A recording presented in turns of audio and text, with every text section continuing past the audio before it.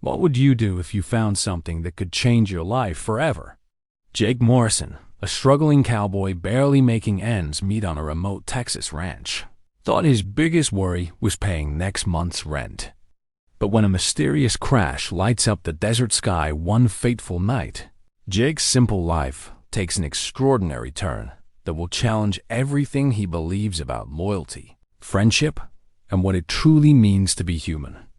Jake Morrison wiped the sweat from his brow as the Texas sun began its descent behind the rolling hills of the Blackstone Ranch.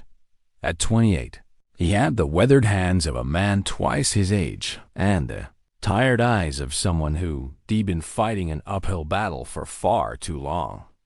The small trailer he called home sat at the edge of the property, a constant reminder of how far he'd fallen from his childhood dreams of owning his own spread.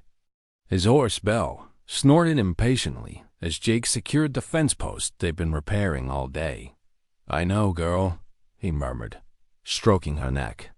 "Just a few more hours, and we can call it a day." The work was back-breaking, but it was honest, and Jake took pride in that. Even if it barely paid enough to keep food on the table and gas in his beat-up pickup truck. Mr. Harrison Blackstone, the ranch owner, was a hard man with little patience for excuses. He'd made it clear that Jake was replaceable, just another hired hand in a long line of cowboys who'd come and gone. The old man's son, Derek, had been pushing for weeks to replace Jake with automated systems, claiming they could save money and increase efficiency. Jake had overheard enough conversations to know his job hung by a thread. As darkness settled over the ranch, Jake was heading back to his trailer when a brilliant flash illuminated the desert sky. What looked like a meteor streaked overhead, but something was wrong. The object seemed to slow down, changing direction slightly before disappearing behind a cluster of mesquite trees about 2 miles from the ranch house. The impact shook the ground beneath Jake's feet, and Belle reared in fear. Without thinking, Jake mounted his horse and rode toward the crash site. The desert was eerily quiet, except for the sound of Belle's hooves on the hard-packed earth. As they crested a small hill, Jake's breath caught in his throat. In the shallow crater below lay what was unmistakably not a meteor, but some kind of craft unlike anything he'd ever seen. The craft was roughly the size of a small airplane, but its surface was smooth and metallic, reflecting the moonlight in ways that seemed to defy physics. Strange symbols glowed faintly along its hull, pulsing like a heartbeat. Jake dismounted cautiously, his hand instinctively moving to the rifle in his saddle holster. But as he approached the vessel, he heard something that made his blood run cold, a sound that was unmistakably a cry for help. The craft had split open along one side, revealing an interior filled with soft blue light. Inside, Jake could make out a figure slumped over what appeared to be some kind of control panel. The being was humanoid, but clearly not human. Its skin had a pale, almost luminescent quality, and it was smaller than Jake, perhaps 5.5 feet tall. What struck him most were the eyes, large, expressive, and filled with pain and fear. Jake's first instinct was to run. Everything in his rational mind screamed that he was in over his head. But as the being looked up at him, extending one slender arm in a gesture that transcended language, Jake felt something deeper than fear, compassion. This creature, whatever it was injured and alone, just like Jake had felt so many times in his own life. "Easy there," Jake said softly, approaching the craft the same way he would a spooked horse. The being seemed to understand his tone, if not his words. Up close, Jake could see that the creature was bleeding from several wounds, a silver-blue fluid seeping from cuts along its arm and forehead. Without thinking, Jake pulled out his bandana and began to gently clean the wounds. The being's eyes widened in surprise, then seemed to soften with gratitude. It said something in a melodic language that Jake couldn't understand, but the meaning was clear. "Thank you." Jake helped the creature out of the craft, noting how light and fragile it seemed. Its breathing was labored, and Jake realized it might not survive much longer without help. making a decision that would change everything. Jake carefully lifted the being onto Bella's back and secured the rifle strap around them both for support. "We're going back to my place," he said, more to himself than to his unlikely passenger. "I don't know what you are or where you came from, but nobody deserves to die alone in the desert." Back at his trailer, Jake carefully laid the alien being on his couch, using every clean towel he owned to make it comfortable. Under the harsh fluorescent light, he could see that the creature's condition was worse than he'd initially thought. The silver-blue blood had stopped flowing, but the being's breathing was shallow and irregular. Jake had seen enough injured animals to recognize the signs. Without medical attention, this creature wouldn't last the night. But what kind of medical attention could he provide? Jake stared at his phone, thumb hovering over the emergency number. Who would he call? What would he say? "Hello, 911? I've got an injured alien in my trailer?" They'd think he was drunk or crazy. Worse, if word got out, his life would become a circus of government agents, reporters, and curiosity seekers. As if sensing his dilemma, the alien opened its large eyes and looked directly at Jake. Slowly, it raised one hand to its chest and then extended it toward Jake, a gesture that seemed universal. Then something extraordinary happened. Jake felt a warm sensation in his mind, not painful but startling, and suddenly he could sense the creature's emotions. Gratitude, yes, but also trust. This being was placing its life entirely in Jake's hands. Working by instinct, Jake cleaned the wounds more thoroughly and used medical supplies from his first aid kit. To his amazement, the alien's injuries began to heal at an accelerated rate once they were properly cleaned and bandaged. By dawn, what had been deep gashes were now faint lines, and the being's breathing had stabilized. When Jake woke up on the floor beside the couch a few hours later, he found the alien sitting up, watching him with curious eyes. In the morning light, Jake could see that the being was actually quite beautiful, with features that were delicate and almost ethereal. It wore a simple garment that seemed to be made from the same material as the crashed ship. The alien pointed to itself and said something that sounded like Zara. Jake understood. It was telling him its name. "Jake," he responded, pointing to himself. Zara repeated his name with a slight accent that made it sound musical. Over the next few hours, they established a basic form of communication through gestures and simple words. But Jake's peaceful morning was shattered by the sound of vehicles approaching his trailer. Through the window, he saw Mr. Blackstone's truck accompanied by a black SUV he didn't recognize. His heart sank as he realized someone must have seen the crash or reported the impact. Jake quickly gestured for Zara to hide in the back bedroom, his mind racing as he tried to appear casual while answering the door. Mr. Blackstone stood on his doorstep with two men in dark suits who had the unmistakable bearing of government agents. Their eyes were hidden behind sunglasses despite the early morning hour, and Jake noticed the slight bulges under their jackets that suggested they were armed. "Morning, Jake," Blackstone said, though his tone was far from friendly. "These gentlemen are from a federal agency. They're investigating some kind of atmospheric disturbance last night. You see anything unusual?" The way Blackstone emphasized the word unusual made Jake's skin crawl. His boss wasn't just asking, he was testing him. "Just saw a meteor or something streak across the sky," Jake replied, trying to keep his voice steady. "Lit up the whole desert for a few seconds. Pretty spectacular, actually." He forced himself to maintain eye contact with Blackstone while being acutely aware of Zara's presence just 30 feet away. One of the agents stepped forward. "Agent Morrison, FBI," he said, flashing a badge so quickly Jake barely had time to read it. "We have reports of unusual electromagnetic activity in this area.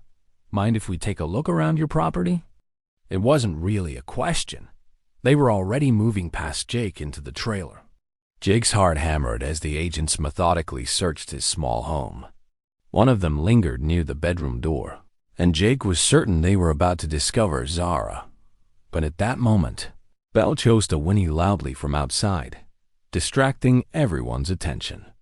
"Horse probably spooked by all the commotion," Jake explained, moving toward the door.